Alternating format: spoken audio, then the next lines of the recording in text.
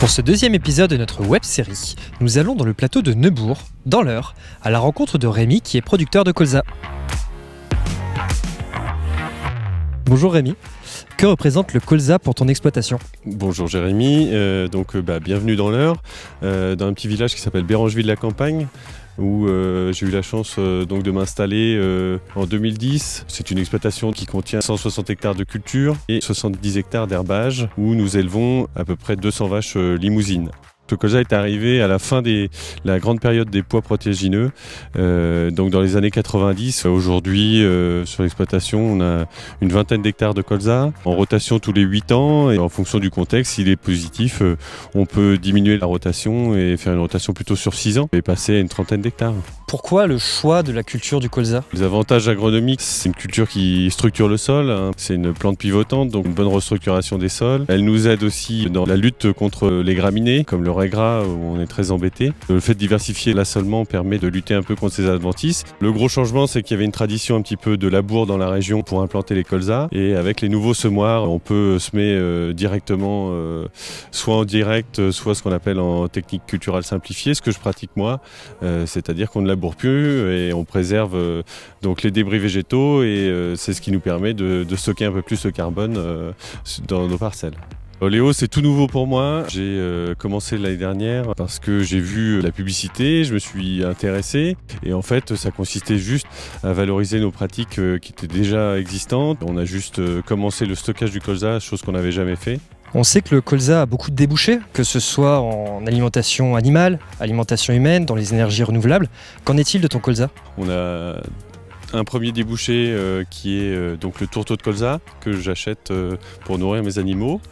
Et aussi, comme c'est une graine oléagineuse, on peut à la fois produire de l'huile, mais aussi des biocarburants d'origine française. Oléo nous a permis de valoriser un petit peu nos pratiques en faveur du stockage du carbone, parce qu'on a un rôle aujourd'hui vis-à-vis de ce carbone. Et c'est vrai que j'étais un petit peu à l'affût de cette reconnaissance et de cette valorisation à travers nos pratiques. Et c'est ce que Oléo nous a permis de saisir avec ce fameux bonus gaz à effet de serre. Après ces explications, je vais rejoindre Claire qui va nous expliquer comment CEPOL transforme le colza de Rémi. Bonjour Claire, en tant que directrice d'Oléo100, vous êtes la spécialiste de ce biocarburant issu de graines françaises. Est-ce que vous pouvez nous en dire un peu plus ? Bonjour, oui tout à fait. Oléo100, c'est un biocarburant 100% français, 100% renouvelable.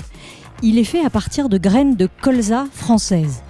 À partir d'une graine de colza, on va presser et retirer la partie solide qui va être destinée à des tourteaux d'alimentation très riches en protéines, 32% de protéines, pour l'alimentation de la ferme France.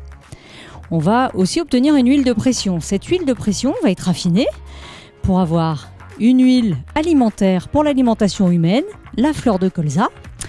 Et ensuite, on va avoir un excédent d'huile qui va être estérifié pour obtenir un ester méthylique d'acide gras, Oléo100. Lors de cette opération d'estérification, on va également obtenir de la glycérine, très en vogue dans la crise sanitaire actuelle, puisqu'on s'en sert pour faire les gels hydroalcooliques, également très utilisé en pharmacologie et en cosmétique. Et qui utilise cette énergie ? Alors Oléo100 aujourd'hui, c'est à peu près 300 clients déjà signés. Ça va être des transporteurs de marchandises, des transporteurs de voyageurs, mais également des entreprises de collecte des déchets par exemple. C'est plus de 3000 camions qui roulent Oléo100 aujourd'hui sur les routes françaises. Ça permet aux transporteurs en fait d'afficher dans leur politique RSE des réductions de gaz à effet de serre d'au moins 60%. Ça permet aussi de réduire les particules sur les anciens modèles de 80%, les émissions de particules fines. J'ai entendu dire que vous développiez un nouveau carburant avec une réduction des gaz à effet de serre encore plus élevée que 60%. Vous pouvez nous en dire un peu plus ?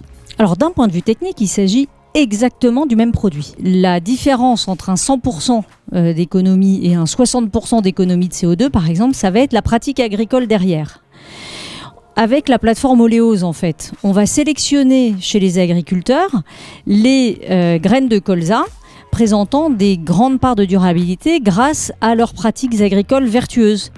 Ils vont par exemple stocker du carbone beaucoup plus dans les sols. Ils vont éviter le labour, il y a plein de pratiques qui vont être utilisées et qui permettront, sur ces graines de colza qu'on va acheter, d'avoir des durabilités bien supérieures à la norme et de pouvoir faire un oléosan 100% par exemple de réduction des gaz à effet de serre. Et cela permet également de mieux rémunérer l'agriculteur et quelque part, c'est aussi inciter une évolution des pratiques agricoles.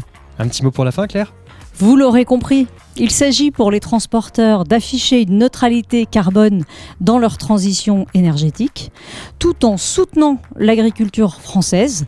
On va acheter les graines sur Oléose et on va assurer l'indépendance protéinique de la France. C'est donc triplement gagnant pour l'agriculteur, pour le transporteur, pour la transition énergétique de la France. Merci Claire et merci à Rémi, et je vous donne rendez-vous au prochain épisode de notre web-série.